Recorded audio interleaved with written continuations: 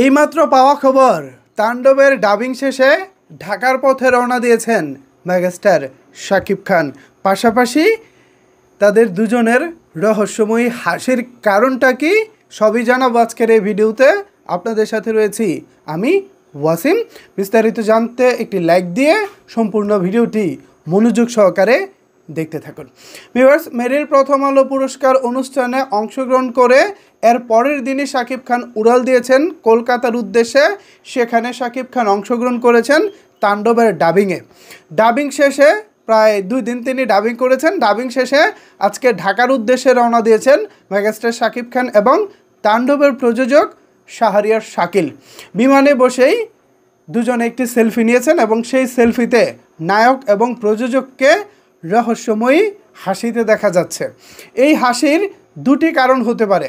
প্রথম কারণ হতে পারে তারা দারুণ একটি কাজ শেষ করে সাকসেসফুলি দেশের পথে রওনা দিয়েছেন। আবার অন্য একটি কারণ হতে পারে দর্শকদেরকে তারা বোঝানোর চেষ্টা করতেছে, আমরা বসে নাই, আমরা দারুণ কিছুই নিয়ে আসছি। প্রথম যে কারণটা আমি উল্লেখ করেছি সেটা হলো, ধরেন তাণ্ডবের শুটিং শাকিব খান গত কয়েক মাস ধরে করেছেন। এখন সেটা আসলে কেমন হয়েছে এটা তো ফাইনাল আউটপুট দেখা যায় যখন তারা ডাবিং করতে যায়, তখন পুরো ছবিটা তো চোখের সামনে চলে, তো ওই সময় বোঝা যায় যে ছবিটা আসলে কেমন হয়েছে।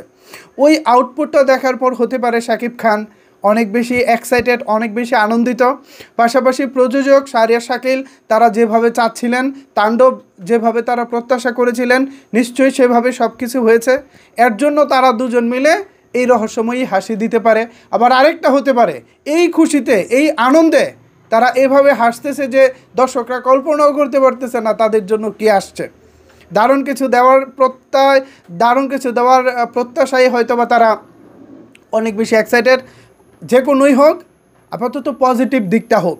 আমরা চাই এই যে তাদের এই হাসিটা সিনেমা মুক্তি থেকে শুরু করে পরবর্তী সময়টাতেও যেন থাকে। নায়ক প্রযোজকের হাসি থাকা মানেই কি জানেন?